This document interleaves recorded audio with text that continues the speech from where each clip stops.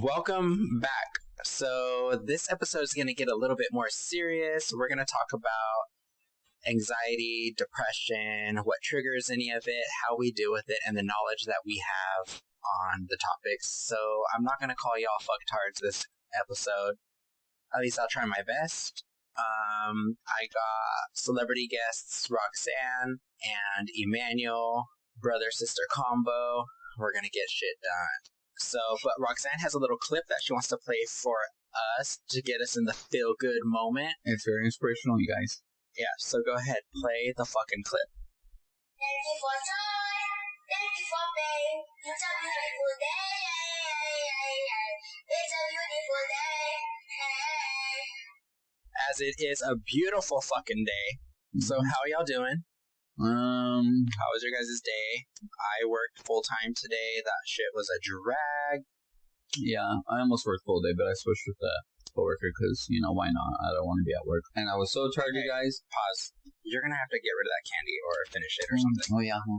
How was y'all's days? You guys, it was a long day. I switched with my coworker because I didn't want to stay 8 hours. I'd rather just work 7. And I was so tired at work that I was a little, out of it. And I was laughing randomly out of nowhere at customers. And the whole time today, I'm just sitting there, trying not to laugh, and I'm just looking around at people, and I just start busting up laughing because I was literally that fucking tired. And it's funny because I had a couple come into my line, and they see me, I was smirking, I was trying not to smile, I was just smiling because, like I said, I was just fucking so tired that anything and everything was funny to me. So then I see them, I can feel them looking at me, and I'm looking down, scanning their shit. And then, I'm smirking too hard, and now it's turning into a smile, and now it's turning into a laugh. And I look right at them, and they both meet eye contact face to face, or eye contact with both of them, and I just bust out laughing in their face, and they look at me like I'm fucking on crack. I wasn't on crack, sadly, but I told them, you guys, I'm sorry for that. I am fucking super tired. I'm running on fumes, and yeah, so forgive me for that. And then the boyfriend was like, oh yeah, don't worry about it, man. I totally understand. I understand that completely. I know how you feel. So I was like, okay, good. So just so I don't look like some retard, But that was that. By the way, side note, did you hear yourself on episode 5 giving me your albino name? Yes, of course I did. And how do you feel about that? I wasn't sure what spot I was going to come in at. I'm mad that Alexa called me asking me an albino name, but whatever, it's fine. I'm still a little shady about that, so. Well, what would be your albino name? What would be my albino name? I said Glacier, Roxanne said Steven. Unless you've had a change of heart since then, Roxanne. Definitely not. That totally fits that. I would say my albino baby's name would be Marcelo Asparagus. I mean, I stand by sober. Actually, the day when we were talking about when you recorded that episode, I had thought of something good, and now it totally escaped my mind, so I can't even think of it now. But I sober, drunk, high on any kind of drug there is out there, I stand by the option to give it the fuck back. Along with gingers. Oh, speaking of albinos, I saw my very first albino in the flesh today at work. Oh, I thought you were going to say midget. I was about to say, what? No. Oh, apparently albino midgets don't exist, because we Googled image search it and nothing popped up. Because like I said, when you do see one, you immediately cardiac arrest. I wouldn't know whether to get a fucking autograph or just croak. Oh, that's very interesting that you happen to come across an albino today. Yeah. Mm-hmm. See, I didn't see the front of the face, but my coworker said it even had the red eyes. Oh, see, but you're channeling... It's like a fucking white rat. You're channeling all that energy, so now it's being directed towards you, so now you're going to see more and more. So now I'm waiting for the albino midgets and the midget gingers. And I hope you get a whole truckload of them fucking entering your store. So, apocalypse. Yep, apocalypse of the ginger / fucking albinos. Yeah, I would have to off myself. Well... Times are changing. Yeah, definitely. So, back to topic. So... we're going to get into a little bit of the anxiety, depression. Like I said, this episode is going to be a little bit more serious. We can't all have fun and games. And I'm going to try to not crack jokes about the depression and anxiety, but y'all know me. So if you guys suffer from anxiety, say I. You're right. Okay, so what? So who wants to go first? Emmanuel, I know, suffers from really bad anxiety. So you may not know exactly what anxiety is, but when is the first time that you actually felt something different on an emotional level in that way? Yeah, I know exactly the day and not the time. Well, basically the time, yeah. This was back in, I want to say maybe 08, 09.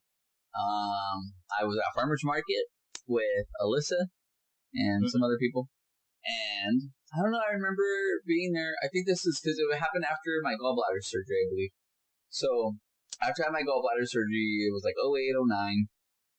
We were at Farmer's Market, and I remember being there. It was a cool day. I was having fun. For y'all that don't know what the farmers market is, here where I live, every Thursday night or evening, whatever, they have like a little market that goes on, live band, vendors, food trucks, all that nonsense. May through October? It's spring through till winter comes. Almost winter, but yeah. So we were there at the farmer's market, and then out of nowhere, I remember being there towards the front, because it's like a big building. It's like the center. It's called the, what's it called again? The Civic Center? The Civic Center, yes. It's a big old building called the Civic Center. It's like basically a little, like, town park, whatever thing. Y'all can Google it. It's the Hanford, California Civic Center. Yes. Auditorium. Yes. Yeah. I was off towards the left side of it, and we have palm trees that kind of surround the lining of the area. And then I remember just feeling kind of weird, and I was like, what the hell? Like, I feel kind of weird, and I was like, obviously I didn't understand it at that point. I didn't know what anxiety was, because I really never experienced that. It's going to sound stupid as fuck, but this is what I felt, so bear with me here. I remember staying there with her, and then out of nowhere, I felt like the world literally was going to turn upside down.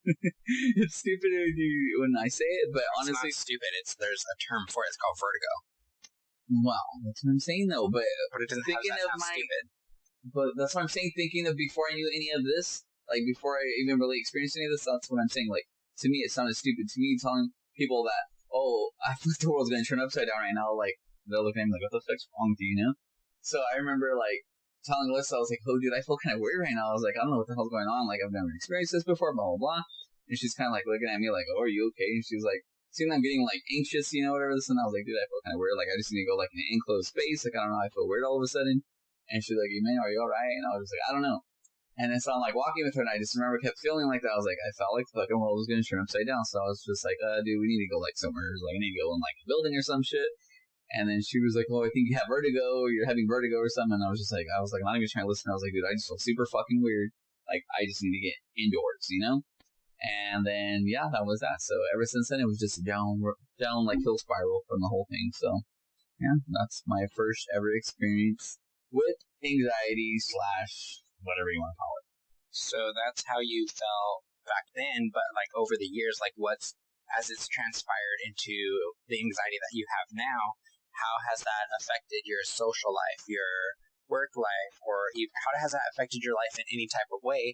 And obviously that's not the only experience that you've had. So what have you realized triggers this type of anxiety, and how have you tried to deal with it? What things have you learned from reading upon it? What measures have you taken to try to fix the issue? Or come on, tell what's going on. Well, like I was establishing, that was the first time I experienced it, so that was the whole get down of it. Like the first time ever feeling that way, experiencing any type of deal like that.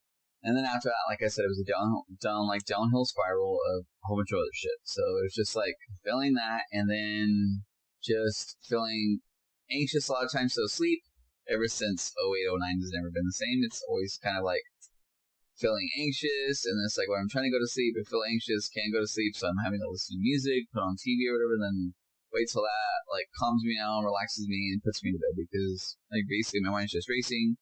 Yeah, traveling's not the same anymore, I'll say that. Traveling kind of sucks now, because before that I would fucking jump at the opportunity to travel wherever, and now it's kind of like, we're going out of town where? How long is it going to be? If it's more than like an hour, I don't want to go, you know? That's where that comes into play, like it's affected the whole traveling deal. Traveling's not fun. Traveling seems more like a fucking chore than actually the fun part, so that's where that leads into. So traveling, like when we'll go to LA or whatever, it's like I have to, basically my coping mechanism is drinking along the way. And I don't have to be drunk. I'll just have to have a couple just to relax my nerves, calm my nerves. And yeah, so the whole way there. Guys, we have yet to see.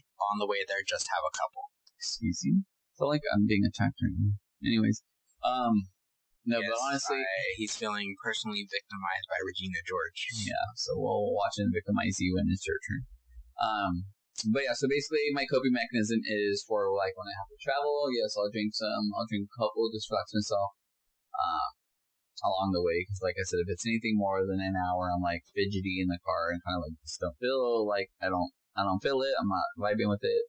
So, but then I do realize it depends on the kind of company you have. So if you're driving with somebody who's like Elias, who's kind of quiet and just doesn't really talk much throughout the drive, it does become a long drive. So Roxanne, as his wiser older sister, did he come to you and let you know about his anxiety issues and stuff right away, or did you kind of have to figure it out? How did you feel about his anxiety issue?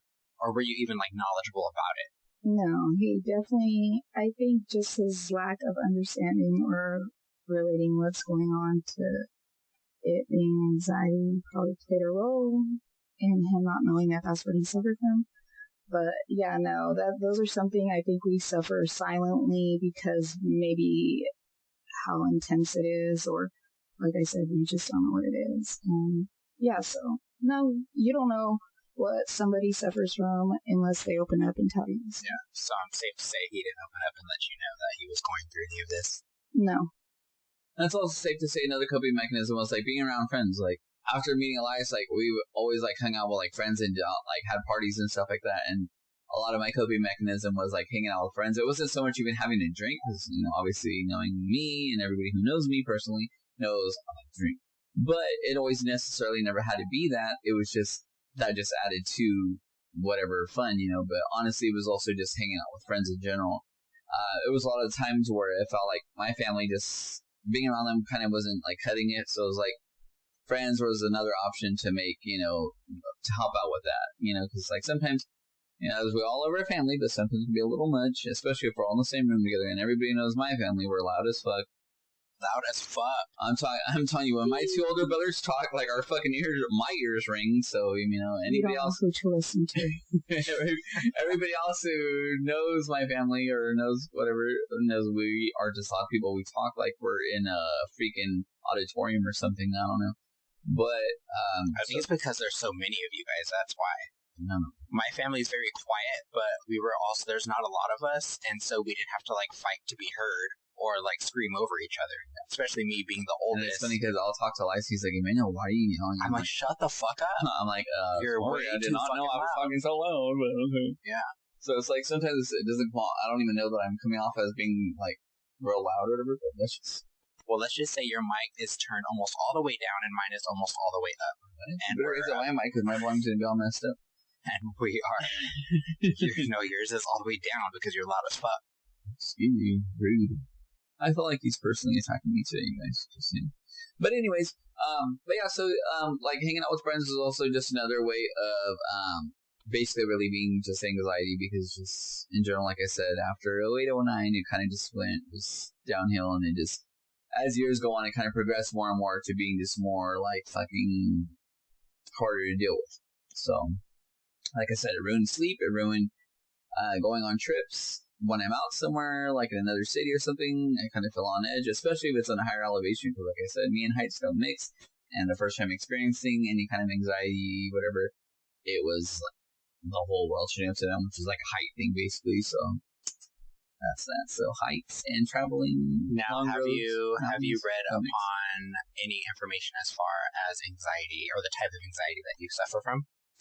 I kind of looked at stuff because, like, what like I said, we're always drinking, so a lot of times it's kind of like I kind of want to like try an alternative. I don't want to always have to drink in order to feel better.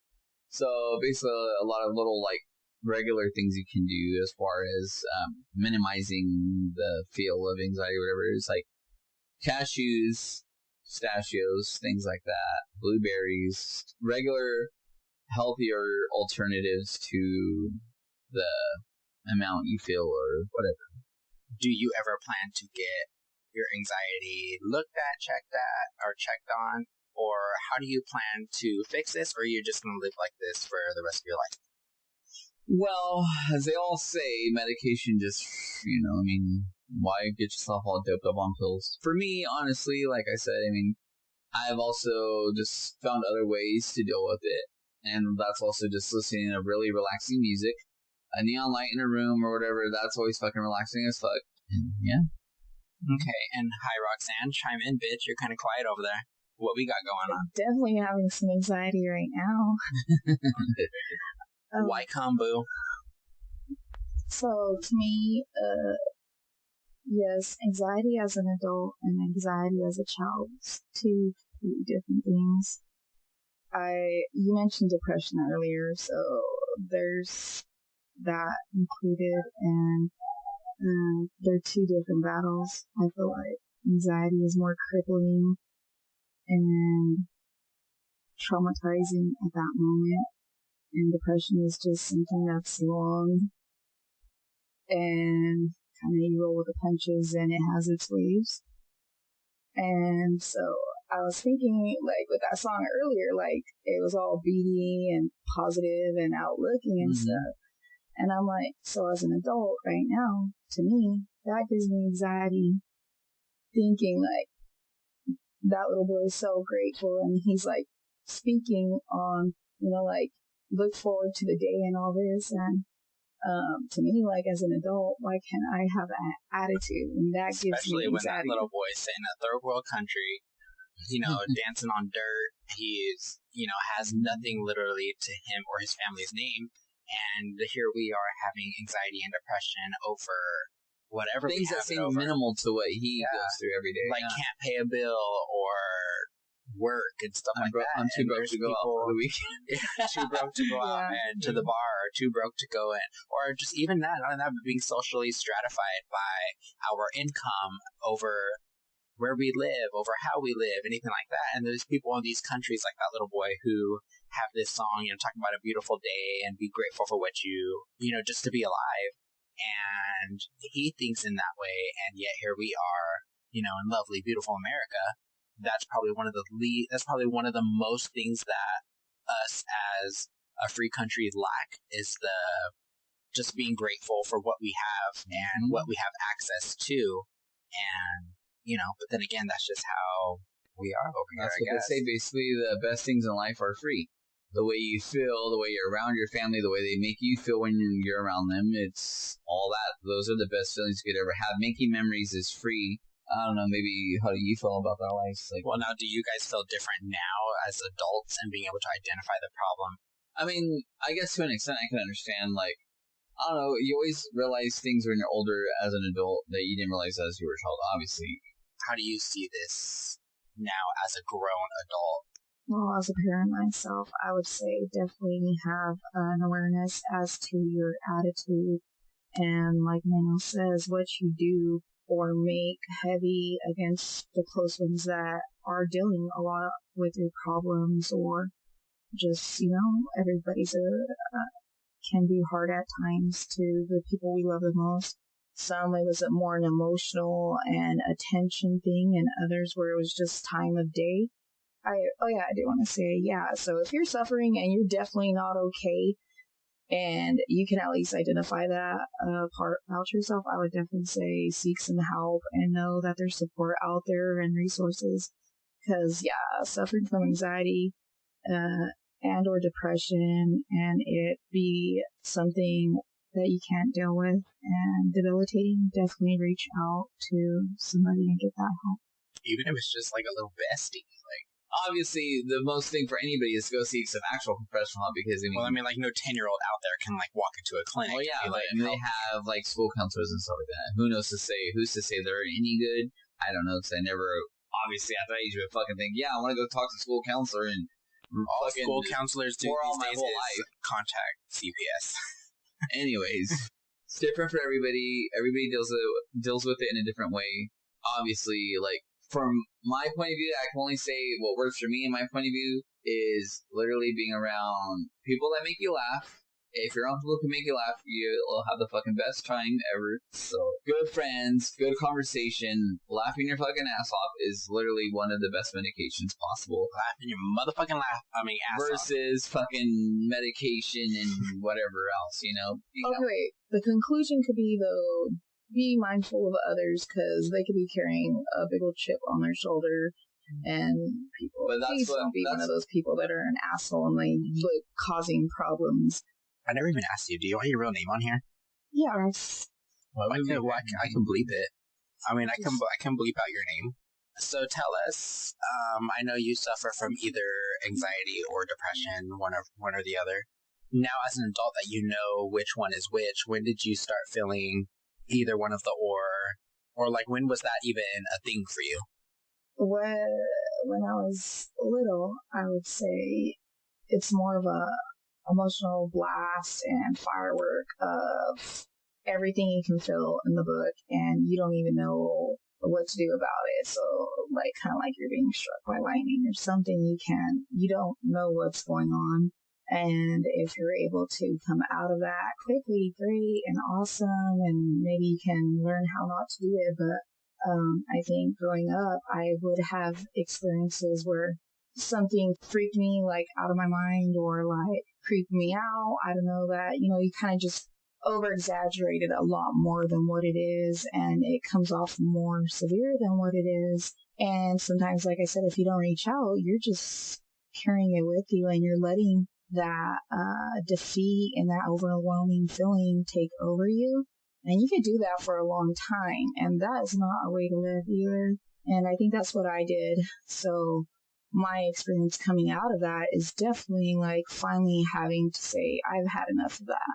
Like, hey, what's going on with me, and how do I fight those feelings or those situations that put me at such defeated type of thinking, and just go from there. But like I said, you really have to take a stand and fight against yourself, I guess. I would give her credit, though. Out of all of our siblings, obviously I can't speak for my older brothers or my older sister, but I think my sister, out of anybody, understands it better than anybody because she dealt with it at an earlier age. I think most of us dealt with it after the fact when we were already past preteens, yes, like to an adult. I was always made fun of the one. I was always the one made fun of for like crying at every single thing or being scared of every single thing. Like, I was the most sensitive one. So you were more basically emotionally intact. Yeah, everything hit me so much more harder. I felt so much more like just. Yeah. I don't know. You were more self-aware, I guess, of what you were feeling based off. I guess the other siblings were kind of more not, I guess. Yeah, well, something like she dealt it at a lot earlier age than any of them would have. Even if they did dealt with it, it wasn't to an extent where they were kind of like struggling with it. It was kind of like they felt some sort of, and it was like, oh, okay, yeah, I passed on because you're a kid and you don't know, you're a teenager, you fucking block your feelings. But as adults, I know they experienced it way more than they ever did as a teenager, or she dealt with it head on as a teenager versus more so than an adult. So in other words, she was basically just more emotionally developed than you guys were at that age. Yeah, I guess you could say so on that. Do you think that I honestly think for Roxanne's age in your guys's, I mean, if you think about it, Roxanne, she honestly didn't really have an age group, like how we were saying you guys were like grouped up. It was kind of like she's the middle child, and so she was either going to be more mature to hang out with the elders, or she was going to be less mature to hang out with the younger. Yeah. So she kind of had to be more emotionally in touch in different ways in order to bond more with you guys, and then be more emotionally developed to bond with the older ones. Yeah. I guess I would agree with that. You know what I mean? So she kind of had to be more in touch with her feelings as far as being able to bond with all of her siblings in different ways. Stuck in the middle. She had different age groups that she had to kind of connect with. Connect with. And also being okay alone, because sometimes neither one of those age groups wanted you in there. As the middle child, she was either going to be looked at as the young one, or she was going to look at as the older one, and if they were all competing, they were like, bye, bitch. So I would say that would be, from just what I'm intaking from it, would be maybe why she was more in touch with her feelings, because she had more to connect with than you guys did. More to give up. Yeah. Have you read up on anxiety, depression, or anything like that? Or what have you learned from maybe exploring into that yourself? Not only like having to deal with it at such an overwhelming level of it as a child, I've done like so much work because it's still something that can be so crippling. And that, I think if you can realize that for those people who suffer like that, like I said, it's not a way to live. There's hope. And there's so many examples I could just say of how, like from moments at school that you still think about where you made yourself embarrassed or a fool, or just something so tedious as, hey, I was having a conversation with my superior and I completely went off track and just made myself look like a fool. Those things can really like last and like carry with you and make you feel like you have to adjust yourself for future situations. Did you read any articles as far as dealing with any things that you have dealt with, or seek any kind of help in that way, as like looking on your own for help in that way? Or... Everything that I could get a hold of and dig my little mind into, I still do to this day. And it is something I probably, just because it is fascinating and amazing just how something so trivial and just what seems so big at the moment, or even what can't go away, like a reoccurring thought, can just, like I said, it sort of fosters your life from here forward, a certain way of living. I mean, it goes into other mental issues too. And like I said, to me, it's such a ongoing goal of mine is to discover that and heal those parts about me, or work on those parts about me, teach myself how to, when I'm in those situations, how to come out of them, because coming out of them and being able to live a little bit more better you can't sort of like, I don't know, you really can't. It's like a skeleton. Maybe you like leave like a skeleton behind of that way of living. Basically a shedding. Yeah, I would see it as a shedding. Like a snake sheds their skin, fucking releasing all that negative. You have to learn techniques to get over it, you know? Sometimes you have to do those techniques for the rest of your life, and sometimes you're able to like just completely, you won that battle and it's something you don't suffer from. I think we need to normalize therapy because we can better understand ourselves and others if we're given that outlet. Talking just like this in general is a big last therapy session. Okay, well, maybe there's people out there that can relate to social anxiety. That's a huge thing that I think is not talked about. And it's so like to what you're wearing, going to the store, having to do your simple things that are daily life. I would imagine that's more of a struggle than what I'm doing. I can't speak for my sister because I don't know to what level that bothers her. But for me, I speak for myself when I say I couldn't imagine social anxiety because I'm fucking always wanting to go out, always wanting to do something. So for me to even think of the idea of having social anxiety is kind of like, wow, I honestly, I don't know how they would even deal with it. Oh, I think people have social anxiety for many different reasons. I feel like there's people who have maybe a social anxiety stemming from, definitely think from being an only child. They're not getting, especially if their parents are older or gone at work all day or anything like that, and they're left just at home with maybe a grandparent or somebody else in the family. Shout out, Lice was an only child for a little bit. They're not gaining that social experience with other people their age, or gaining a social experience in general because they're at home basically by themselves. Maybe even too early having to become an adult because that's one thing me and you talked about, Lice. That's one thing me and you talked about. We were fortunate to grow up with all of our siblings. It was like what, a 5-year span between you and your sister?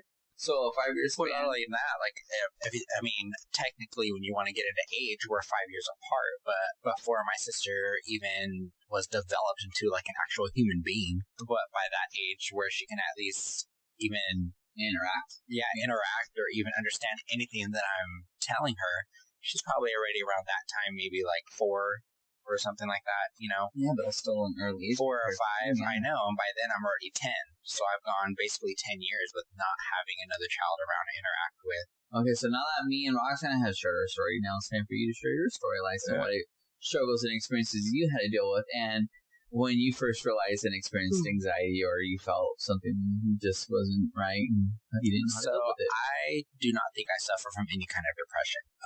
I'm not a depressed person. I don't suffer from, I don't think I suffer from a depression. I definitely suffer from anxiety, but anxiety to me comes in different forms. I'm a I worry about anything and everything. I overthink every single situation. I overthink every single opinion. I overthink all of that stuff. My first experience with experiencing any kind of anxiety, or at the time not knowing it was anxiety but feeling it, was probably during the time that my parents were going through their split. They were very young. They were not planning on having me at all, considering their age. And they both came from different backgrounds of life from the way that they both had grew up in their households. And so they were dealing with a lot themselves. Their relationship was not good at all, was not good for them, was not good for me, was not good for anybody. So me kind of being not put in the middle of any of that, but being the only kid there that was experiencing it or had to kind of figure, they're going through their stuff and then I'm put on the back burner kind of because they're dealing with their own relationship, dealing with their own issues that they got going on. And so, of course, I was like major anxiety. I had no idea what was going on. I didn't understand any of the issues that they were going through together or separately. I just seen the drama. So then, of course, me not knowing what anxiety was or not knowing how to even deal with any of that, I was just sick. I think I had like detachment issues. I hated going to school. I would cry every time I'd get dropped off. I was wanted to be with one of my parents at all times. But also, I threw up all the time. I was throwing up like nonstop every single day. Throw up in the middle of the night, throw up at school, throw up everywhere. And that was just the way that I guess that anxiety made me feel nauseous and scared or whatever, so I just threw up. Still to this day, any kind of discomfort that I feel mentally or anything like that, I throw up. So, I think just dealing with my parents' relationship and letting them go through the stuff that they were going through, I felt anxiety but didn't know it was anxiety, so that wasn't something that could be confirmed or anything like that. So I did see doctors and had a bunch of tests ran on me and stuff like that, and at the time they were just like, he's mentally like unstable, which wasn't the point. I was anxious. Everything that was going on around me made me very anxious. And so I was throwing up all the time and I couldn't tell them what was wrong or what I was feeling because I didn't know. That goes to show you how much doctors misdiagnose kids. Like, yeah. Because, I mean, at that age, you didn't know what you're going through, but you knew what was causing it. Versus, let me bring my kid to a doctor and see what's going on. And the doctor's just like, this kid just looks like he doesn't know what's going on with the world and he's just out of it. Like, but you knew exactly what was going on. As an adult now versus when you were a child. Yeah, as an adult, of course. But even as a kid going through all that drama with my parents' relationship, I could never identify that I was feeling this way because of my parents' relationship or problems at home or anything like that. As a child going through that, I was questioning, why am I throwing up all the time? Why do I feel this way? Why do I feel that way? I could never pinpoint, it's because of this or it's because of this. I still, even though I was feeling it, didn't know what I was feeling, which was anxiety.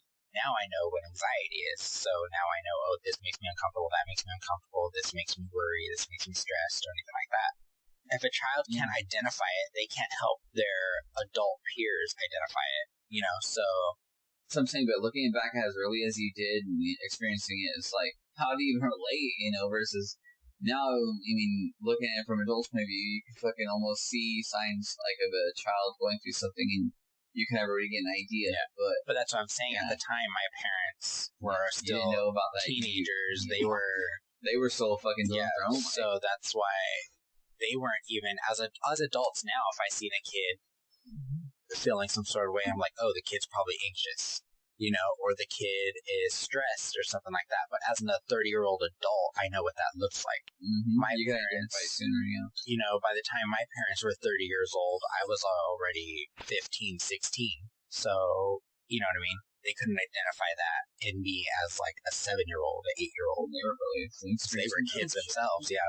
But yeah, I still deal with anxiety every single day when it comes to anything. I think if there's a person out there that says they don't have anxiety or don't experience anxiety, that is a lie, because every single alarm are coming for you. When you're nervous about something, when you're scared of something, when you're anything about any situation, that's anxiety. you can have anxiety from happiness. You know what I mean? You can be so happy with something that's going on in your life and you're anxious about it because you're excited or you can't wait for it to happen. Roxanne showed me on Lucas, you guys. When you take it, you can't like close your mouth right away because it'll leave like a little dust cloud. We're talking about candy, guys. We're not doing drugs here or nothing. Yeah, no, Lucas. We're thinking about simply Lucas. Yeah. Yeah, what's Lucas? You close your mouth on Lucas. It makes a cough cloud and you start coughing and sneezing. But so yeah, that life passed me on the line real quick. So that was my form of anxiety, and I want to say that's really the only time besides just like normal day-to-day life that I've ever experienced strong anxiety or anything like that. Now the anxiety or unhappiness that I have just stems from any day-to-day life that every human individual. The fact that we have to work is one of them. Oh yeah, slavery, guys. Slavery, Come guys. The Paying thing bills. to look forward to is that as you get older and as you age and have more experience, some of these anxieties just kind of go away themselves. Yeah. Struggle realizing you have to pay bills. Life is not easy and you have to force yourself to do things. You gotta do what you gotta overcome situations. I am so pro therapy. I think it's a thing. I think it should be more affordable. Therapy is not, I feel like, affordable enough for people who are... The thing is you can't put a price on fixing somebody's serious life situation. Well-being. And I feel, especially a child, and I feel like therapy is very high priced, and the fact that they put a price before they even put somebody I get is ridiculous. I get these therapists or psychiatrists, whatever, they worked hard for their job. They went to all this schooling, all this training. You get a paycheck, they're very knowledgeable on everything that they're doing, and they're doing a big thing when it comes to these kids or anybody that they're working with. Mm-hmm. But I also feel like when they could loosen the leash a little bit, they could help a little bit by, some of these kids are going through very traumatic experiences and turning their backs because of what their parents can or can't afford. I feel like that should be looked at a little bit. So now that we've gone through our topics with anxiety, depression, where it stems, how we deal with it, now that we've unbuckled our straitjackets a little bit, is there anything else that you guys want to express to the listeners? I would say that there is always hope. And at that little spot and glimmer where you have nothing to hold on a little bit more. Pray a little bit more and fight those days as best as you could, or you can't give up. And definitely be a little bit easier on yourself, because that's probably going to help out a whole lot. Is like just saying, okay, I'm not doing this right now, but maybe tomorrow I can get it done, or I'll be there my time will come where I'll get that goal done or that lifestyle that I want. And just remember that there's that hope, and there's, like Emmanuel was saying, there's just that we're 1 second away from a different life. Exactly. So it's so easy to beat yourself up over the negative than there is positive. It's always easy to beat yourself up, so don't be so hard on yourself. So now that we've got into a little bit of this discussion with them, I am going to transfer this recording over to a couple of my other friends, and we are going to discuss their experiences. And who knows, they may have different experiences. They may feel differently. Mm-hmm. They may have different issues, different problems, different childhoods, different futures that they see for themselves.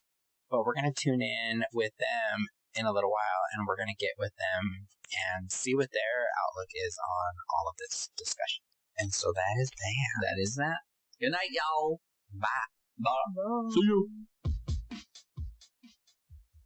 So, like I said, guys, I was going to get in touch with these ratchet hoes, and we were going to talk a little bit of their different experiences that they have with anxiety and depression. We got with Emmanuel and his sister previously, and they talked about their experiences with anxiety, how they deal with it, what the knowledge that they have on it, how they cope with it, etc., etc. So now I got these bitches. Say hi, guys. Hi. Hello. That's Miss Amber Ivy. She was on episode 1, How Far is the Nearest Orphanage? And then we got Gwen. Say hi, Gwen. Hello. So I'm going to need Amber Ivy to say hi. Hi. And Gwen to say hi. Hello. Okay, so those are their different voices. Match voice to name. Voice to name. Gwen. Hello. Ivy. Hi. Okay, don't fuck it up. So how you guys doing today? I'm doing good. Yeah? Yes. I'm pretty okay. I'd Yeah. say on a scale of 1 to 10, I'm about maybe a 4 or 5 today. Okay, yeah. It's kind of average. You're okay. You have a podcast voice. Like, it just came out and I was like, I just turned it on. She gets all radio, huh? I'm all okay and recording. She's like, hi guys. That's what I know. I was like, whoa. So I'll bleep it out, but while we're recording, we're going to refer to her as Gwen, which is her gaming name. Mhm. Okay. If we happen to say your actual name, we'll bleep it. Well, Okay. credit to me. That inhaling sound, yes, we talked about in the last episode with Kaylin, how Kaylin's obsessed with her vape and nicotine. Amber Ivy is just the same. We are recording outside so she can maintain her nicotine high. Keeps my lungs good. Keeps them going. I bet it does. So how you guys doing? Overall, you're about a 4 out of 10. What are you? I'm alright. Yeah. What are you on a scale of 1 to 10? For what? 1 being the worst, It's 10 like, being how's great. your day today? Yeah. 5. 5? 5 tips. That's good. Five That's tips, okay. balance. That's balance. I'm a motherfucking 12, okay?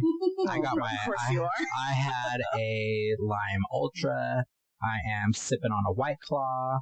I had my coffee. All is good in the hood. Gwen is drinking a High Noon. Yeah, and Black Ivy's drinking cherry. a High Noon. How do you like it? It's not bad. It's not bad, It's yeah. not bad, They're pretty no. cool. I drink those when I went to go visit Laura in Pennsylvania. She drinks those at the bar. Tastes like carbonated water, huh? Yeah. Pretty much, yeah. It's kind of like a little bit like the sparkling without the harsh Flavor. zing taste, I guess. Yeah. Yep. So, who wants to go first? Or we'll just talk in unison. Nah. Q&A. Yeah. Oh yeah, there you go. Q&A. So, who suffers from anxiety? Say I. Sometimes, yes. Yeah. Different anxiety. Social anxiety. Yeah, I think it's just mostly social anxiety. Yeah. I think. And I didn't get it diagnosed. Well, I got the anxiety diagnosed. Yeah. But they didn't tell me what kind. But what do you think? I think it's social. For sure. And Gwendola.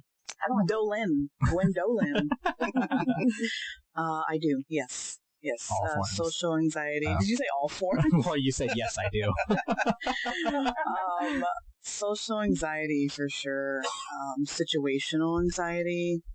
I don't know. I don't know what else. Other type of anxiety. So, anxiety, capital A. Mhm. And so, what do you guys think forms, or what triggers your anxiety on a day-to-day? Is it like a day-to-day feeling, or is it just in certain situations? What triggers your guys' instability? For me, it's an everyday thing. And what? So it's a part of me. But do you just wake up and feel that way, or what's your trigger? Situation, environment. Mhm. Environment is a big trigger. So being trigger for woke. that. So just being woke. What do you mean? Yeah. Well, you What does said that I mean? wake what type up. of woke? You said I wake up and it's a day-to-day thing. I said what triggers it, and you said situations. So waking up. Kind I of know just what comes you're with the brain. Yeah. That's how I feel. And how do you guys feel about that? Okay, therapist I Elias. know. Not good. It sucks because it Yeah. takes over your life. Yeah. Because it. What? Mine's definitely situational anxiety. Mm. So You have anxiety? I did not know that. exactly. You're good No. at, like, masking it. I have very bad anxiety, but situational anxiety. So it's not an everyday thing. It's when I'm going through a emotional situation, as far as like an argument with a spouse, That is or an argument with a friend, or something not going right at work. It's just a normal So anxiety, I So guess. it's just when you got emotional damage. Yeah. So anything it's basically situational anxiety. I only get it really when something's not going as planned, or something's not going how it should normally. So you have control issues? Oh yeah. Oh, I'm a control freak. So I have to know exactly what's going on, when it's going on, how it's going to happen, what time to be there, what time to leave, who's involved, who's not involved. I like to know everything. When I don't know, I'm like, why didn't they tell me? Why don't they not like me? Oh, you overthink it? Yeah. Yeah, that's what I'm a big overthinker. So, Yeah. I think when you start to feel people who have control and they like to have control, when they get a sense of losing that, it's almost like you're just starting to ascend. Your mind doesn't know what to do. The gears aren't turning. They're breaking. There's fire everywhere. Yes, I like to literally know everything, and if I don't, I'm like, why don't I know that? So you don't like surprises? No. Well, what do you Or do? I also don't like other people knowing things that I don't. Like, especially in the workplace, if freaking Susan knows how to do something and I don't, I'm like, why did y'all bitches teach her that and not me? Like, let's get it together. I need to know how to do that. So you have And I'm jealous doing it issues next too. time. Yeah, I think that comes with your overthinking. yeah, exactly. I'm like, why didn't you teach me that? Why do you like her better? Why do you want her doing it? Why can't I do it? Yeah. Susan, go the fuck home. I'm doing it. So what do you do to calm yourself down in those situations? White Claw. Yeah. No, don't promote drinking. Come on. That's not- Literally, that's what I do. I drink a White Claw. Okay, well, without the White Claw, what do you do? Sleep. Really? I can't be woke and have anxiety. I either need to be woke with White Claw or put down. You need to find a healthy alternative to that. I hear Coping. feeling grounded helps. Yeah. Trying to remind yourself that you're grounded. To each their own. Okay. Well, sleep is also a good alternative. It really is, because I know some people that do also have extreme anxiety, and they go and they lay in their bed for a while. Maybe they watch TikTok or they listen to something until they fall asleep. And by the time they wake up, they're better. It's past. Yeah. I mean, I also stay busy, as y'all know. I'm literally never home. I'm at work all day, and then if I'm not at work, I'm probably at the bar. If I'm not at the bar, I'm out to dinner or lunch or something with a friend. If I'm not doing that, I'm recording the podcast. You don't like being alone. I don't like being by myself. I don't like not having anything to do. I cannot just... I mean, unless it's like Vanderpump Rules. Yes. Unless it's like Vanderpump Rules, there's no reason for me to sit down and be in front of the TV. I would love to talk about Vanderpump Rules, We but will. I know that's not what we're talking about No, today. after this episode is done recording, I'm definitely going to press finish recording, start recording, and we're going to talk about Vanderpump. Vanderpump. Yes. Oh my god. I have no idea what that You is. Which is got why it. I've never talked about it on the show, because nobody knows what it is. Oh. And I see there's so much stuff I want to say about it. Okay, is it a Netflix It's a reality. thing? Is it? It's a reality TV show. There you go. That's why I've never heard of it. It's so Reality good. now. It's so good. I do like reality though. Oh, I I'm a sucker for reality. live and pray. Reality TV is my religion. Like I just started watching that Baddies of South or something like that. I've always seen the Blueface and Krishan thing, and I was Yeah. like, who the fuck are these people? Yeah. I fucking love Krishan. Uh-huh. I love her now. Yeah. I don't know what it is, like just her spunk. Oh, your animal's calling. I know. I hear that. I hear that roar. He's peeking through the window at us right there. For any of you guys that have, Oh. for any of you guys, yes, we're gonna have a lot of background noise. She has given birth to a child, and yeah, as you guys remember, we couldn't abort it. Yeah. We are also recording outside because she has a vape addiction, so there's going to be a lot of different background noise. There's a big old huge beast walking around the backyard, which is Her name's Blitzy. her animal. So yeah, there's going to be a lot of background noise. Y'all just shut the fuck up and listen to the episode. Who cares? That's our audience. That's our little cheer. Yeah. Yeah. Our little audience. Meanwhile, the little freak has his face to the window and he's watching us out here. Sharing his son. Yeah. So you have social anxiety. Yours is situational. I guess honestly, I don't know what mine would be. So I can tell you what things I kind of get to me. Yeah. So what triggers your anxiety? Okay, so obviously being around a group of people, just I don't know, makes me nervous, makes me uncomfortable. I feel like I'm being judged. I feel like I'm not going to connect with these people, and things I like they're going to find weird. So I guess You also have the short end of the stick because you are deaf in one ear and you have a bitch face. and I don't drive. So yeah, so a lot of people, I've heard of people talking to you, not that loud though, and they're standing on your right side and you don't respond. So they're like, this bitch is ignoring me. What the fuck's our problem? But you're really not. You literally just didn't hear them. Well, now I feel so bad. I've been standing on your right side, I think, the whole since I've got here. But thankfully, you've been able to hear me. Yeah. Yeah, so she's deaf in her right ear. See, that is actually really common. I have met more people deaf in one ear than fully deaf And I can people. yeah. barely hear out of my left ear. So like if like a lot of people when I'm at the bar, they'll be talking to me in my left ear and I'll be like, hold on. And I switch sides and they're like, why'd you do that? I was like, 'cause I can't hear you. It's so annoying. Like having to go like this when someone's talking to you. Uh-huh. Sometimes I play with it. I'll let them tell their whole story, and then I'll be like, okay, start over. No. And I'll switch sides. When we worked together, when they'd call my name over the intercom, I mean, sometimes I wouldn't hear it, but most times, yeah, I would hear it and just use my ear as an excuse. Is there anything that you guys particularly do? You said you just turn the ear and you're like, I didn't hear your story. You want to repeat it again? But is there anything that you do that helps you be able to understand or hear people? Yeah, I have to look at them. So you just look at them, always look at Usually them. I read the mouth. Mm-hmm. I can't see your mouth, but I can hear you pretty good. But yeah, I usually try to read the lips and connect it. It's a little harder with TV if it doesn't have subtitles. Mm-hmm. And, that's I've just accepted that I have selective hearing, so if I care enough to hear the story, that is different. If I care enough to hear what you had to say, I'd switch sides so you can tell me in my right ear. If not, I'm going to pretend like I'm listening. I'm just going to nod and say, yeah. Is that why you never hear me? Uh-huh. And then if it wasn't anything interesting, then no, I didn't hear your bullshit, and you don't have to repeat it. That is exactly why I have anxiety. So you don't like large crowds. You feel like you're being judged? Well, yes, and I feel like the biggest strain that's put on me is making friends, I guess. Mm-hmm. I'm not good at making friends because I feel like nobody likes me. But that's just in my head. That's my anxiety. Yeah. So that's like your own insecurities, right? Telling yourself, oh, you probably can't do this, or you're not good enough for that, or something nobody's like that. Gonna or nobody's going to get along with you, or they're not going to connect with you the way that you want somebody to. Yeah. And that's what I want. I want someone not to judge me for, like, just accept me as I am. Mm-hmm. Yeah. Just like I would accept anyone else. Some of them. Yeah, so.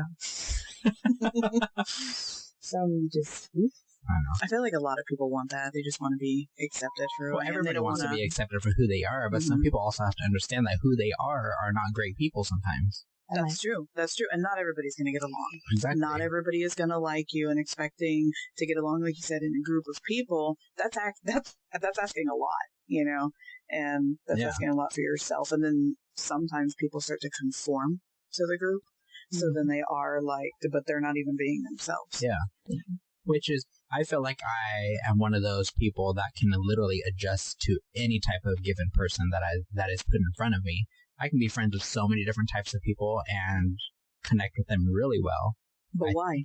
That's just how I am. I know if I'm going to hang out with my siblings, we're going to sit and we're going to just eat a bunch of fat food and probably watch TV, and we're going to talk crap about all our family. I know if I'm hanging out with you, I'm not going to go out to the bar. I'm not going to go invite a whole group of people over to my house. We're going to sit and we're just going to hang out and enjoy each other's time. Exactly. I know if I hang out with Amber, I'm going to come here and we're going to sit and we're going to chit chat, maybe have some drinks. We're going to do some arts and crafts, something like that. If I go hang out with my other friend, I know we're going to get hella ratchet and we're going to twerk on bars and bar hop and get crazy. You know what I mean? Like, I'm able to adjust. So we're the boring friends. No, I'm just able to adjust to... That is exactly what I thought. No, I'm just able to adjust to the type of person that I'm hanging out with, which I love, because I can be super dorky and we can sit and watch Harry Potter all day, or I can go out and learn how to twerk with Megan Thee Stallion. So long story short, you vibe. Yes, I just, whoever I'm with, that's what we're doing. Yeah. What if you don't like them? Then I'm not with them. Yeah, then he's not going to hang out with them. Then I'm very good so if I'm in a group of people and I don't like an individual that's there, I am either very good at I'm going to respond to you and I'll speak to you. You're not going to get my number. We're not going to text. Don't add me on social media. We're not friends, but we're going to hang out because we're in a group setting. Or if it's that drastic, I'm able to hang out in that group setting and literally act like you are not even there. It just depends on why I don't like them. I've had to do that before. It sounds like it's something that may be kind of hard, but it's not. It's literally easy not. to pretend somebody's not there. And takes no energy. Mm-hmm. I mean... But I'm also not mean. I'm also not mean. So if they're talking or they're talking directly at me, I will respond. I can't do that. I mean, it may be like one word, like, "Oh, how's your day going?" Fine. Yeah, but very short-worded. I'm not going to give you more than that. Yeah. Exactly. Yeah, but I'm not mean. I'm not a bully. You might have to edit this out. I mean, this a little bit. Yeah, so I'm not a bully, and there's a difference. I can't hide my face. I get the stink face. If I don't like someone, I'll literally look at them like, you stink. Like, I don't like you. Which is fine, So you're too. very, like, I wouldn't say emotional, but you're... Oh, I am.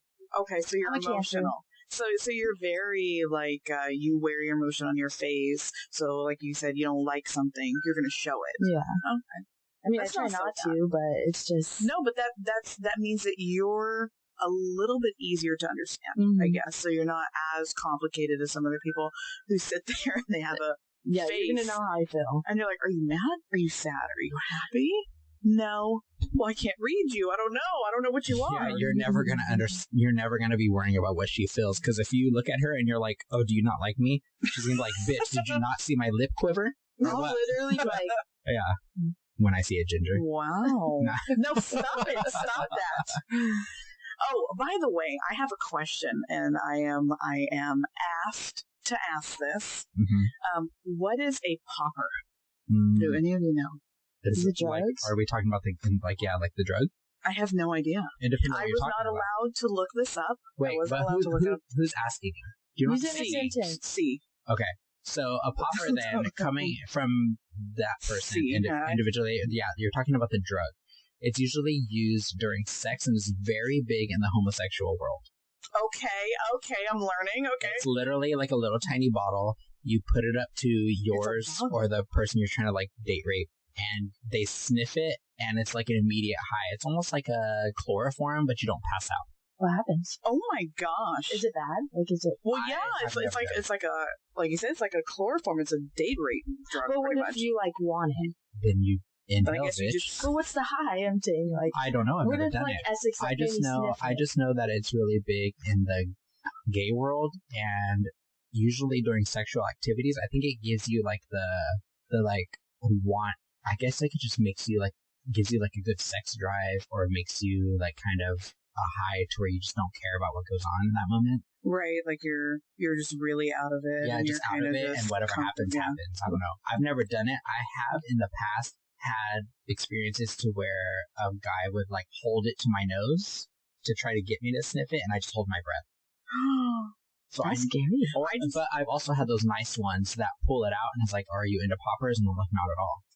Oh, they're see, like, so okay. they're the ones that ask are, like, Yeah. consensual. Yeah, Like, they're they'll ask me if I'm into it, if I want it. I'm like, no. They'll take a sniff and then they'll put it away. I just want to say to the person that told me to ask this, you're naughty. They do it. They do it. No, Oh, or they want to. he better not. Or they want to. I have no idea. I was just told to Oh, ask. Okay, so back to the topic. So anxiety. So Amber suffers from social anxiety. She's scared of being judged by everybody and feeling like she may not fit in with everybody. I mean, Gwen, what about your anxiety? Situational. Okay, and okay, keep going. Inform us, bitch. Oh, okay. God, okay. Situational. So kind of just bad environments can cause a lot of worry, a lot of anxiety, uncertain things, right? So, like emotional states where you don't know when somebody's going to fly off the handle. They're not stable or steady, I guess. People kind of like that. So like walking on eggshells. You're just walking on Exactly, eggshells. yeah. Walking on eggshells, always worried about what you're going to do, what's going to happen, stuff like that, yeah. Just being on edge, like wondering if something that you're going to do is going to trigger them to act a certain way. Well, sometimes just existing can trigger somebody. Just existing. Yeah. And Just coming out of your bedroom. Yeah. That's the only anxiety you have? Like, how do you deal with that in that moment? like when I start to have a panic attack or just feeling it, because it's both of them. I feel it all day. It's an all-day thing. It doesn't stop until I go to sleep, and then sometimes even when I am sleeping, I toss and turn a lot. I don't sleep much because it's always there, and it's gotten worse as I've gotten older. Well, not gotten older. It's gotten worse the longer I've been in a situation. Yeah. So it's how do I deal with it? You take yourself out of the situation. Take yourself out of the situation. That's a great one. I don't know. I guess I kind of don't. I just let it. I've learned to live with it, and I know that It's I'm basically feeling it. become your norm. It's become my normal. Yes, it's become my life. So But I know you, just in general, I know you have a lot of knowledge about anxiety. You've read a lot of things. You follow a lot of pages. You look into it a lot more than most. Tell us what you've learned or what you've come across in your path of being knowledgeable. So, from just situational anxiety or just anxiety in general? Girl, all of the above. Okay. So, pretty much, and these are quotes or articles or even friends telling me things that their therapists have said, is to find something that grounds you. So when you start to have a panic attack or you start to have an issue, you feel like you're starting to lift off, or your body gets really, really hot and you're starting to panic, just reminding yourself. Some people do the rubber band technique where they put it around their wrist and they snap the rubber band to bring them back to reality. Some people sleep, like Elias. Some people watch something, listen to something, read something. Okay, in one case, this is going to sound crazy. Bitch, the whole episode is about crazy. I know. We're all crazy. Okay. I guess do whatever you know is going to help you, regardless of what other people are going to think. So if you have to split yourself in two to become a friend, then do that if that helps. I've had to do that. You're going to need to explain that. What do you mean split yourself in two? So there was, can I like explain the story or? You do whatever the fuck you want to do. Well, I don't know. Open mic, bitch. Okay. So there was one night I was having a panic attack and it was not good. I don't remember what I was worried about. I woke up crying and I was really upset. And I think it's the environmental issues that are really starting to get to me. And I woke up and I was so upset. And I sleep on call. With a friend of mine. And she just kind of being there helps. And I'm that kind of person. I don't mind being alone. I like being alone. I vibe being alone. But when things start to really take off or the silence starts to set in, it starts to get a little scary and it's kind of daunting, I guess. Right? And having somebody, just even if they're sleeping, knowing that you're not completely alone just helps. But unfortunately, she was sleeping and I knew I wasn't going to be able to wake her up, nor did I really want to wake her up. I knew that I needed to calm down and I didn't know what to do and I was starting to freak out even more and I didn't want to, so I split myself in two. It's where you believe that there's another person there, but you're that other person. So you're basically, it's almost like as if you're like one of those situations, like off topic, where you're going to confront a bitch. And so you're like, you know what? So you talk to yourself in the mirror. So you're like, I'm going to say this. And then you say it and then you role play and act like they're going to say something back. So then you respond.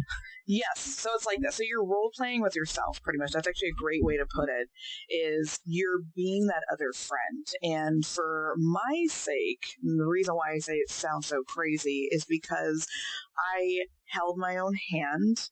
I told myself to get up, let's walk around the room, because I didn't know what the hell was going on. I didn't know why I was so upset. I mean, I had an idea about what it was. So you're basically acting like it's not yourself going through it, but you're doing to yourself what you would have done if your friend that was there with you was going through that situation. Exactly. Yeah. So it's pretty much, it's kind of like when people say heal your inner child, it's almost like be the parent that you wish your parents were. Yeah. Right? So it's kind of being the friend that you wish that you had to yourself, either at that time or just have in general. Yeah. And that's kind of what I mean by splitting yourself in two. So you're going through it, but you're also becoming the person, you're becoming the friend. And so getting up from bed, having you walk around the house if you have to, talk to yourself. I mean, if you have to go to far lengths in order to get yourself to be okay, then do it. Yeah. If you think that's crazy, then I don't know, be crazy in order for you to deal with it. That's crazy. I heard that. Okay. I feel like that's just my natural reaction. It is. It seems a little bit psychotic. It does. It seems like that. What I learned with anxiety is they say that if you feel like you're gonna be in a panic attack or something, feel 3 different things. Mm-hmm. Try to smell or see or whatever. Just point different things. Just ground yourself. Yeah. By touching things. Basically putting yourself into reality. Yeah. And that's what grounding is. Yeah. Is that it's putting you back into reality, because when you have a panic attack or you start panicking, you start ascending. You're lifting off is what I like to call it. So it's You're like, no. Exactly. Back No. down. Okay, listen. Feet on the ground. Come on now. And also looking at your surroundings. So if you're panicking and you're panicking about something set it off. Obviously, sometimes nothing sets it off. You just get a panic attack from those who really, really suffer from it. Look around and assess your situation. Assess your surroundings, your environment. Look at what is around you. And if you're in a bedroom, look at your bedroom. Is there anything that's going to harm you in here? Is there anything attacking you? Is there anything that could have possibly set you off? And just remind yourself that, what am I panicking for? There's nothing in my room. Nothing's happening. It's quiet. It's calm. Maybe I have TV on, the dog's sleeping, what's going on. And sometimes that helps too. Yeah. Journaling. Journaling is also a really big thing if you're having issues or something like that, especially, like I said, when we were talking about anxiety. Going and running and jotting it down. When you put your emotions and everything and your thoughts on paper, sometimes it's almost like releasing it. You're releasing it onto the paper. Whether you leave it in your journal, you tear it out, you crumble it up, you throw it away. Sometimes if you go and burn it, like me, I would like to write a bunch of negative things on a piece of paper, crumble it up and burn it. And that shows me that it's gone. It's out there. And I did that once for another anxiety issue that I was having right before bed, because only recently have I started experiencing extreme anxiety before I go to lay down. I don't know what's caused it. I don't know why. I don't know what it is. Stop recording me.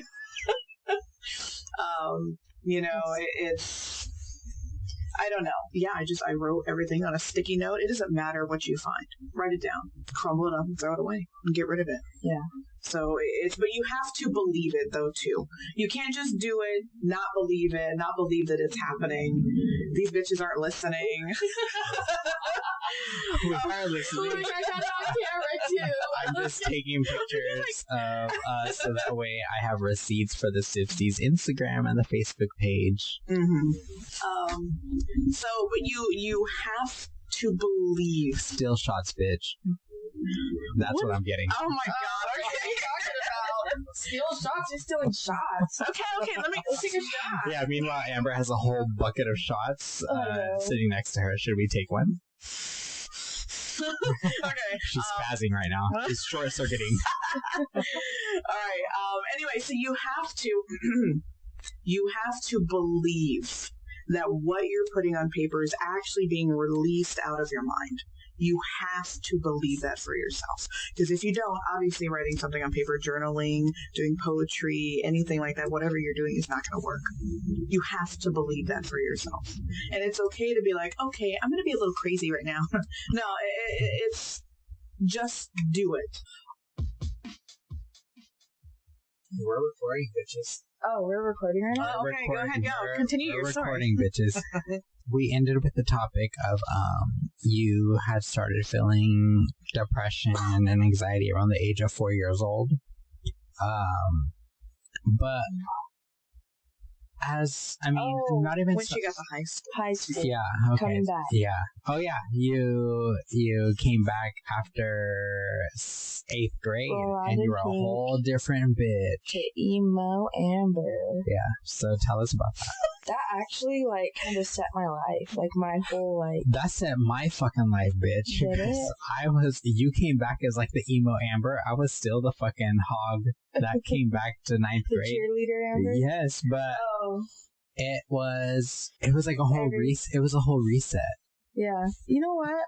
So with that summer, so that's when the whole real life depression, understanding it, I guess. Not understanding it. Definitely not understanding it.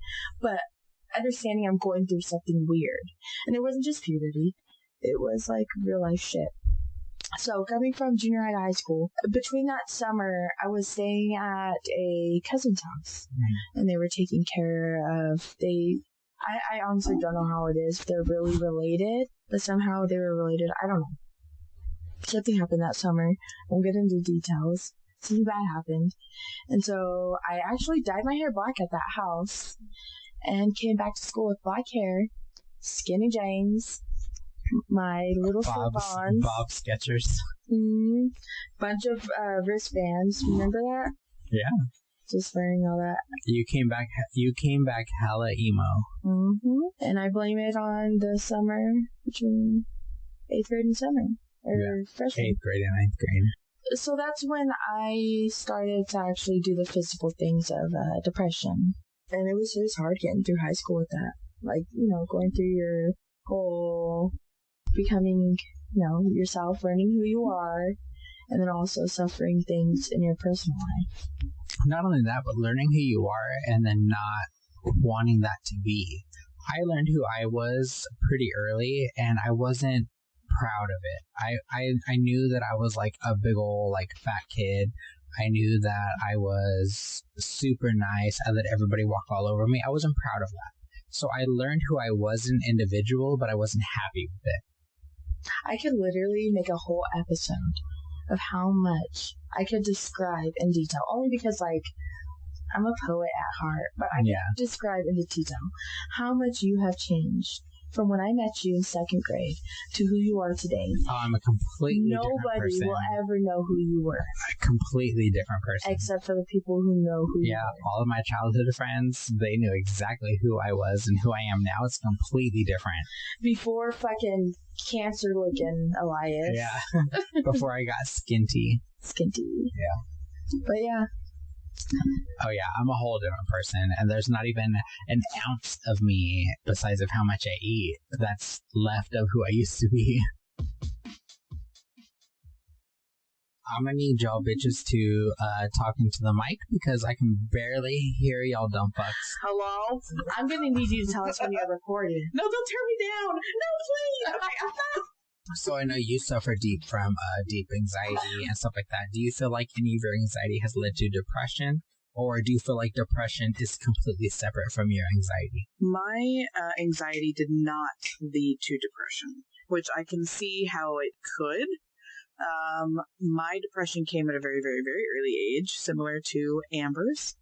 But not that early. Mine started around when I was 12. If you're comfortable saying, what do you feel like led to your depression? My parents. Both of them? Both of them, yes. Okay. Do you feel like they're knowledgeable about that depression in yourself? No. Not at all? Not at all. Have you tried to express that with them, or is it more of just a unsaid thing? When I was younger, when I was about that age, so my dad was always working, and he was working her 8 to 5 job, but then when she got home, she had us, the kids, my brother and I, and then all the animals and everything like that, so she had to take care of all this other stuff. I would try to speak about something to both of them, and they just wouldn't listen. It was the 90s, so they had a very, different sense of things. It wasn't, let's listen to our children. No, it was more of like, oh, you're fine, it's okay, get up, it's just a little bit of dirt. It'll be fine, you'll get over it, it's a phase, or something like that. Yeah. With my dad working all the time, he was not very lovable. I mean, I never got hugged. And I was never told I love you. Ever. Not once by my dad. No, I was hugged once, and I remember the day. And that was when Child Services was called, actually. So that was interesting. That was the only time I remember getting a hug from him. With my mother, she was a whole different basket of eggs.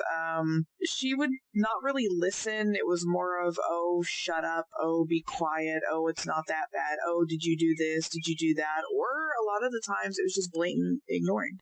Being completely ignored, staring at the TV, completely obsessed with the TV, completely obsessed with the computer. When you're in an environment that lacks emotion or lacks physical contact or any sort of affection or anything, I think you take that with you later in life, and so you have issues hearing things like "I L you," and being hugged, and because you're not used to it, and sometimes it's an extremely emotional situation too.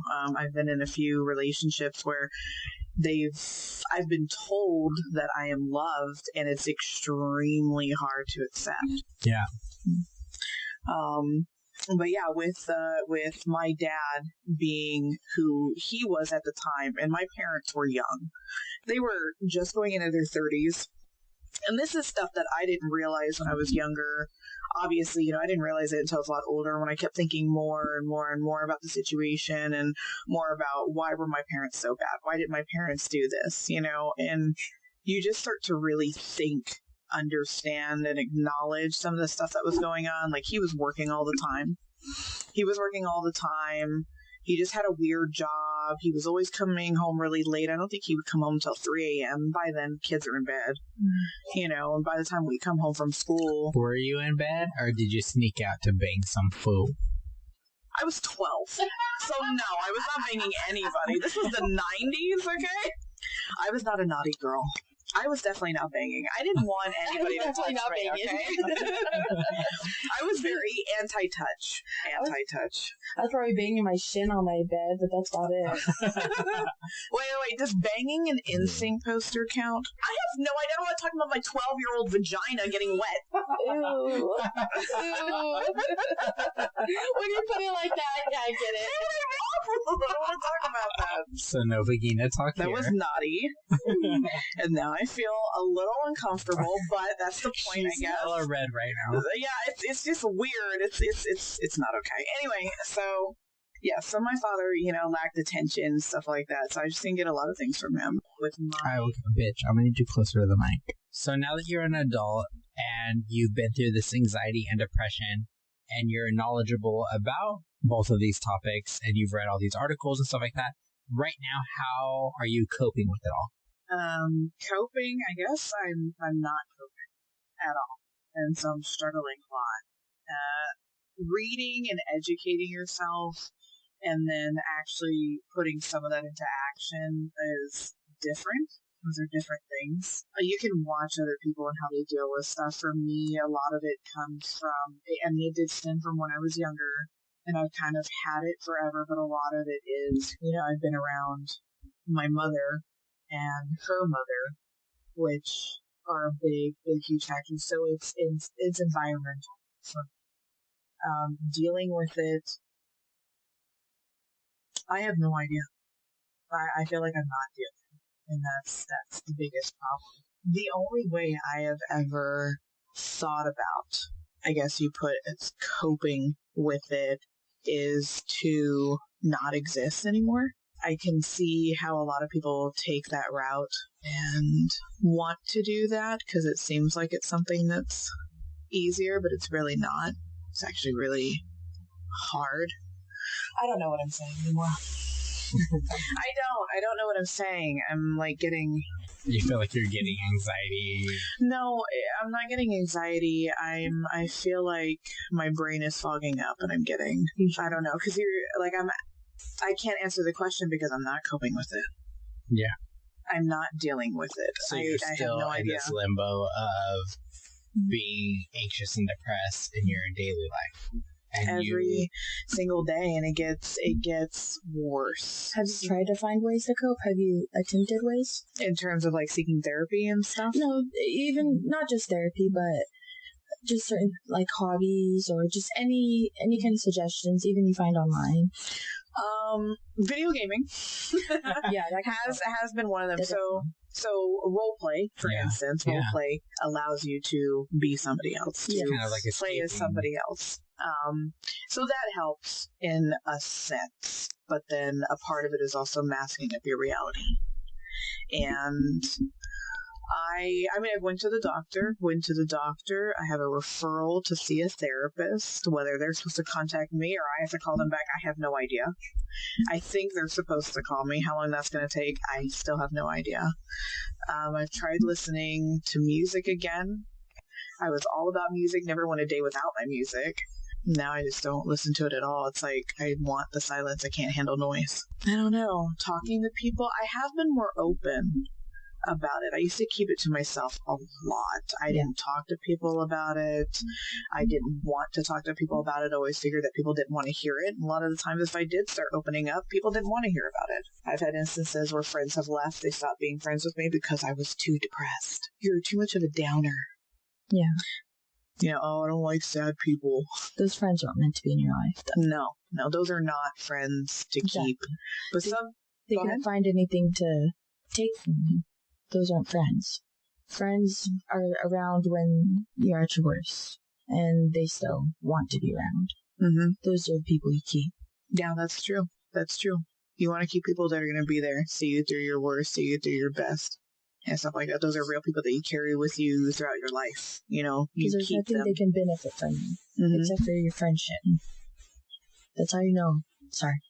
No, you're good. No, please interrupt. You know. Actually, that's actually a very interesting topic because I've been speaking to my ginger friend, and oh my god, I like ginger. My son's kind of ginger, and I've realized that recently because when your mind is frantic and you don't know what to do, and you're starting to open up about all these emotions, things that you've kept inside, it's really heavy, especially when it's a lot and you have a lot of experiences and you have a lot that's behind your depression or things that have happened to you. And just when you finally start opening up, it kind of explodes. And some people cannot handle that. They don't know what to do with that. I was actually getting upset at my ginger friend. I would too. Shut up. I was getting upset at him because he mentally doesn't have the capabilities that I need from somebody else. Because he's a ginger. But that's okay. That is okay because not every friend is going to receive your information and be able to handle it in the way that you may need somebody to. And that doesn't mean that they're less of a friend. Don't you even look at me like that. That doesn't mean they're less of a friend. It means they're less of a human being. Because they're fucking gingers. Gingers have no souls. They have no souls. Do you remember that South Park of that ginger making a YouTube? Gingers have souls! Gingers have souls! It was funny. Yeah. Gingers are... I feel like gingers were put on this earth to be made fun of. They were it's literally... They were put here to be talked about. They were put here for Do you shit mind? shows. My grandfather, who I love so very much, did have red hair. Okay. He is not a family member with red hair. It's not. We stop it. Stop it. Gingers can be beautiful. The fact that I've given gingers this much attention on episode to episode to episode is kind of... Maybe you should just rename it to Gingers. Nauseous. Secretly love gingers. Yeah, I know. You talk about them enough. Are you sure you're not jealous? Gingers. Fucking disgusting. Have you ever been with a ginger? No, I would never. He won't because he doesn't like that. You don't know unless you try. No, gingers are fucking gross. Okay, well, anyway... If you're a ginger and you're listening to this, okay, hop off the fucking podcast. I don't need your listen. I don't need your download. No. Yes, I'm talking to you. Isn't this considered a hate crime? I'll Is this take a hate it. crime? I will take it. I'll hate crime. I will hate crime the fuck out of gingers, okay? No, stop it. You're going to stop. Stop! They make up like 2% of the United States. 0.1%. They do not. No, they're actually not. They're not. You say they're rare, but I swear they're not as uncommon. Gingers make up 0.1% of the hated community. Did you know there's only 2% people in the world with green eyes? Are they gingers? Am I ginger? No. I'm part ginger. You're not a ginger. I have hazel eyes. Does that count? Are you a ginger? Brown, green. No. Mine's like I don't green, know. yellow, brown. You're not a ginger. Well, as I got older, No, I got no. natural You know what? red highlights. Does that count? If anybody out there is a ginger, I want you to come and join the podcast because I want to hear your Prove side of him the wrong. story. You're doing it. I So want- I know why you're saying that. I want I know why you're saying I want a fucking ginger to come, and I want them to come and speak to me because I want them to sit here in front of my face, put their fucking grill to the mic, and explain to me why I need to accept them.